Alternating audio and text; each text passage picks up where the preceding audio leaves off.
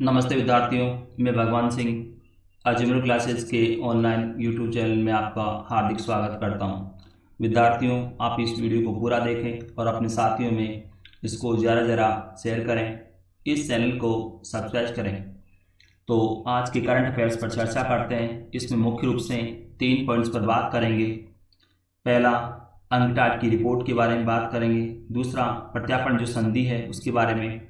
और तीसरा है इंटरनेट सेवाएं जो बाधित रही हैं उसके बारे में बात करेंगे। तो आप पहला क्वेश्चन देखिए।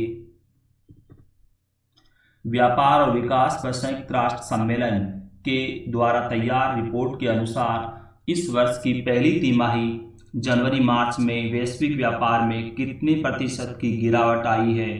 तो राइट आंसर है 3%। और विद्यार्थियों, इसमें जो आपके अंकटाड शब्द लिखा हुआ है तो इसको ध्यान रखिएगा। कई बार होता है एग्जाम में कि वो व्यापार और विकास पर संयुक्त राष्ट्र सम्मेलन ये लाइन लिखने की बजाय सीधे अंकटाड लिख देता है, जिसको हम शॉर्ट में अंकटाड बोलते हैं, तो ये लिख देता है। तो आपको इसमें ये शब्द ध्यान रखना है। और अंकटाड के द्वारा जारी इस रिपोर्ट को 26 अंतर्राष्ट्रीय संगठनों ने संयुक्त रूप से तैयार किया है। और इस रिपोर्ट में कहा गया है कि दूसरी तिमाही में मंदी गहराने की आशंका है और वैश्विक व्यापार में रिकॉर्ड 27% की गिरावट आ सकती है। तो विद्यार्थियों, आपको ये जो क्वेश्चन दे रखा है तो ये पहली तिमाही की रिपोर्ट है और इस रिपोर्ट में जो है कहा गया है कि दूसरी तिमाही में 27% तक की वैश्विक व्यापार में गिरावट आ सकती है। तो ये क्वेश्चन भी आपको ध्यान रखना है, 27% का भी जो आशंका व्यक्त की गई है। और इस अंकटाड की स्थापना 1964 में हुई थी। जेनेवा में इसका मुख्यालय है और इसके जो महासचिव हैं उनका नाम है मुखिसा कित्सुई। मुखिसा कित्सुई। तो आपको इसमें ये एक्स्ट्रा जो जानकारी है ये भी आपको याद रखना है। और दूसरा क्वेश्चन देखिए आप। विश्व में इंटरनेट बाधित होने की घटनाएं साल 2019 में सबसे ज्यादा किस देश में हुई? तो राइट आंसर है भारत। और तो ये रिपोर्ट की अगर बात करें तो UNESCO international federation of journalist की इस रिपोर्ट के अनुसार भारत में जुलाई से दिसंबर 2019 के दौरान इंटरनेट 40 बार बाधित रहा, यानी कि 40 बार बंद करना पड़ा। और यहाँ पर मैं आपको एक और जो है जानकारी दूं कि वैश्विक स्तर पर सदरा भारत में जो है रहा इंटरनेट 2019 में बंद, यानी कि बाधित। परंतु भारत के हिसाब से अगर देखें तो भारत में सबसे ज़्यादा समय तक इंटरनेट बाधित रहा जम्मू कश्मीर राज्य में, क्योंकि 5 अगस्त 2019 को जम्मू कश्मीर से अनुच्छेद 370 को हटाया गया था। तो उसके बाद वहां पर किसी तरह से हालात ना बिगड़े, इसीलिए वहां पर इंटरनेट सेवा को बंद कर दिया गया था और वहां पर 21 सप्ताह 1 दिन और 20 घंटे इंटरनेट बंद रहा था। तो भारत में सबसे ज्यादा समय तक इंटरनेट बाधित रहा जम्मू कश्मीर में। और एक और क्वेश्चन जो मैं आपको बताऊं कि नागरिकता जो है संशोधन जो अधिनियम जब लागू किया गया था तो उस दौरान भी भारत में कई राज्यों में इंटरनेट जो है बंद करना पड़ा था।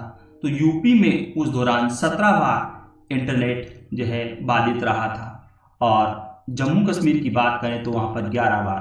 तो अब आपको ध्यान रखना है, समय के हिसाब से पूछे कि सबसे ज्यादा समय तक किस राज्य में इंटरनेट बंद रहा या बाधित रहा, तो जम्मू कश्मीर। सबसे ज्यादा बार के हिसाब से पूछे तो आप कहोगे यूपी, जहां पर 17 बार बाधित रहा और जम्मू कश्मीर में 11 बार। विद्यार्थियों, एक और क्वेश्चन कि वर्ष 2016 में फेसबुक द्वारा डेटा साझा करने की शुरुआत के बाद से पहली बार देश में सबसे ज्यादा इंटरनेट बाधित रहा है। और विश्व के स्तर पर बात करें तो भारत के बाद सबसे ज्यादा इंटरनेट बाधित रहा म्यांमार में 2 बार। इसके अलावा 7 और देश हैं जहां पर एक बार इंटरनेट बाधित रहा है। तो ये अतिरिक्त जानकारी भी आप ध्यान रखिएगा। अगला क्वेश्चन देखिए। ब्रिटिश हाईकोर्ट ने भारत के किस भगोड़े की प्रत्यार्पण के खिलाफ दी गई याचिका को खारिज कर दिया है? तो राइट आंसर है विजय माल्या। विद्यार्थियों, ये विजय माल्या शराब कारोबारी है और इसकी एक विमान कंपनी भी रही है किंगफिशर, जो कि दिवालिया घोषित हो चुकी है वो। और इस विजय माल्या ने भारत के सार्वजनिक बैंकों से 9,000 करोड़ रुपया का कर्ज लिया था और ये बाद में ब्रिटेन भाग गया। तो क्योंकि ब्रिटेन और भारत के बीच प्रत्यार्पण संधि हो रखी है और उस संधि के प्रावधानों के तहत एक दूसरे के अपराधियों को सौंपा जाता है, तो इसको भारत जो है सौंपने की जब प्रक्रिया शुरू की गई तो इसने इसके खिलाफ वहाँ कोर्ट में याचिका दायर की और कहा कि ये उसको सौंपना प्रत्यार्पण के प्रावधानों के विरुद्ध है। परंतु अब ब्रिटिश हाईकोर्ट ने इसकी जो है याचिका को खारिज कर दिया, जो कि इसने प्रत्यार्पण के खिलाफ दी थी। और ये याचिका ब्रिटिश हाईकोर्ट में खारिज हो जाने के बाद अब ये सुप्रीम कोर्ट, वहाँ के सुप्रीम कोर्ट भी नहीं जा सकता।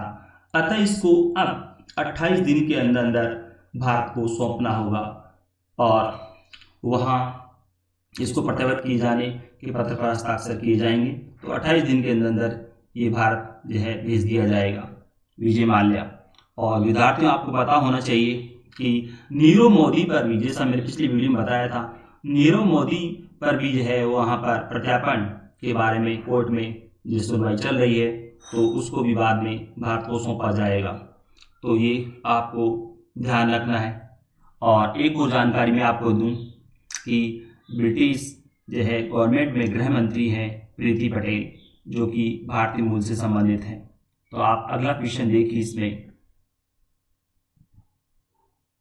मनरेगा यानी कि महात्मा गांधी राष्ट्रीय ग्रामीण रोजगार गारंटी योजना के तहत दैनिक मजदूरी कितनी तय की गई है? तो राइट आंसर है 202 रुपया।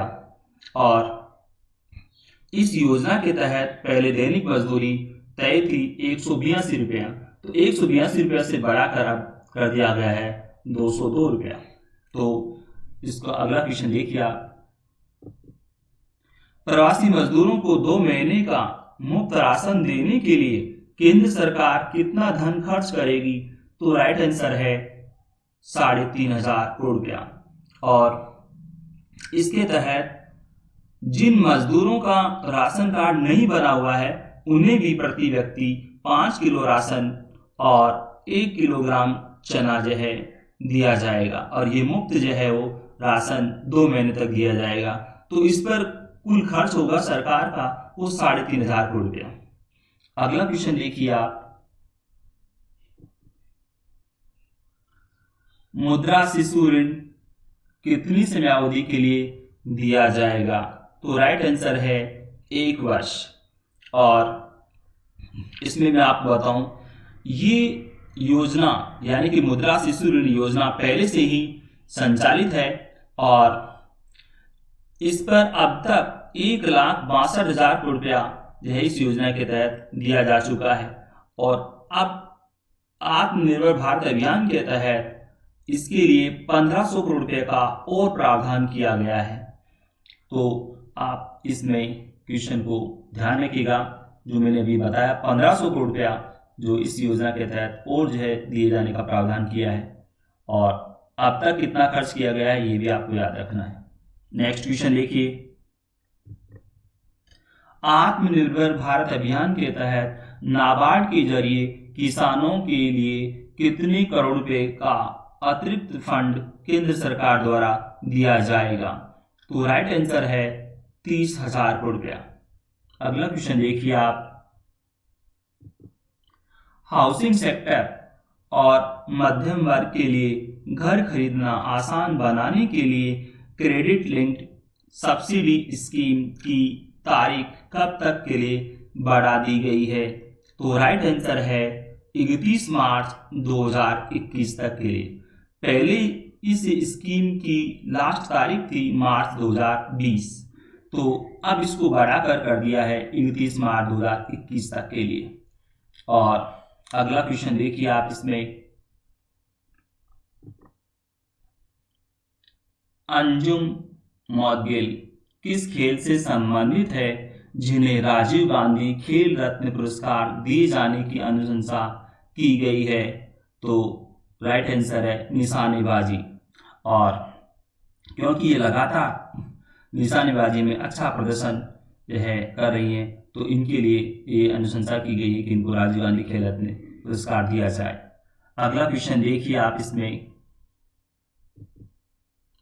किस राज्य की विधान परिषद की सभी 9 सीटों के लिए 9 सदस्य निर्विरोध निर्वाचित घोषित किए गए हैं? तो राइट आंसर है महाराष्ट्र। विद्यार्थियों, इसके बारे में मैंने पहले भी थोड़ा बताया था आपको कि महाराष्ट्र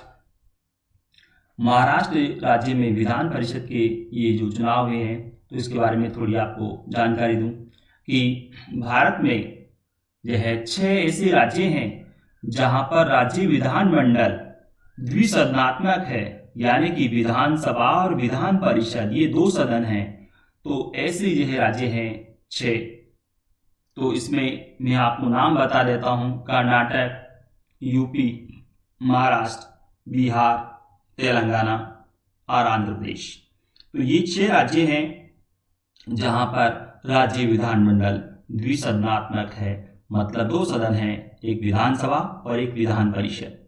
और इसमें एक और बात मैं आपको बता दूं, पहली संख्या थी 7, परंतु जैसा कि आपको मालूम है कि जम्मू कश्मीर राज्य का विभाजन करके जो है 2 केंद्र शासित प्रदेश बना दिए गए, जम्मू कश्मीर और एक लद्दाख। तो अब वहां पर, क्योंकि पहले जम्मू कश्मीर में विधानसभा विधान परिषद 2 सदन हुआ करते थे, परंतु अब वहां पर विधान परिषद को समाप्त कर दिया गया और वहां पर केवल विधानसभा ही है, यानी एक सदन ही है। तो अब ये संख्या 6 रह गई है।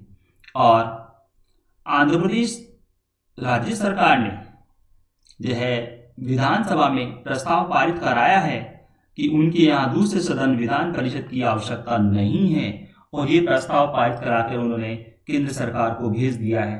तो अब अगर संसद में ये प्रस्ताव पारित हो जाता है, यानी कि आंध्र प्रदेश में विधान परिषद दूसरे सदन की समाप्ति का प्रस्ताव पारित हो जाता है और राष्ट्रपति हस्ताक्षर कर देते हैं, तो फिर आंध्र प्रदेश में भी विधान परिषद का अस्तित्व नहीं रहेगा। तो फिर ये संख्या 5 रह जाएगी, परंतु प्रेजेंट में 6 हैं। तो ये आपको याद रखना है। विद्यार्थियों, किसी भी राज्य में विधान परिषद के गठन की और विधान परिषद की समाप्ति में मेन रूप से रोल होता है वो विधानसभा का होता है, क्योंकि अगर किसी राज्य में विधान परिषद नया सदन गठित करना हो तो राज्य सरकार को विधानसभा में 2/3 बहुमत से ये प्रस्ताव पारित कराना होता है कि उनके यहाँ दूसरे सदन विधान परिषद की आवश्यकता है। और अगर विधान परिषद को जो है हटाना हो, यानी समाप्त करना हो, तो भी जो है विधानसभा में 2/3 बहुमत से प्रस्ताव पारित कराना होता है कि उनके यहाँ विधान परिषद की आवश्यकता नहीं है। और ये प्रस्ताव पारित कराकर केंद्र सरकार के पास भिजवाना होता है, और केंद्र सरकार ये प्रस्ताव संसद में पारित कराती है, और संसद में पारित होने के बाद राष्ट्रपति जी हस्ताक्षर करते हैं। तो उसके बाद उस राज्य में विधान परिषद को समाप्त कर दिए जाने की अधिसूचना जारी कर दी जाती है। तो आंध्र प्रदेश में ये भी वहाँ विधानसभा में प्रस्ताव पारित किया गया है। तो अब आगे अगर संसद में प्रस्ताव पारित हो जाता है तो फिर संख्या जो है ऐसे राज्यों की 5 रह जाएगी। तो प्रेजेंट में तो 6 है। तो आप अगला क्वेश्चन देखिए,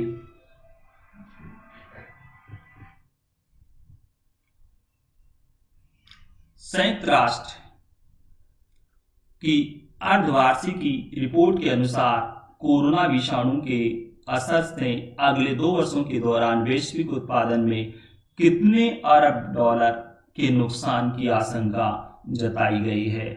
तो राइट आंसर है 850 अरब डॉलर। और नेक्स्ट क्वेश्चन देखिए आप इसमें, 15 मई को कौन सा दिवस मनाया जाता है? तो राइट आंसर है अंतर्राष्ट्रीय परिवार दिवस। और विद्यार्थियों, ये वीडियो आपको कैसा लगा लाइक करें, इस चैनल को सब्सक्राइब करें। धन्यवाद।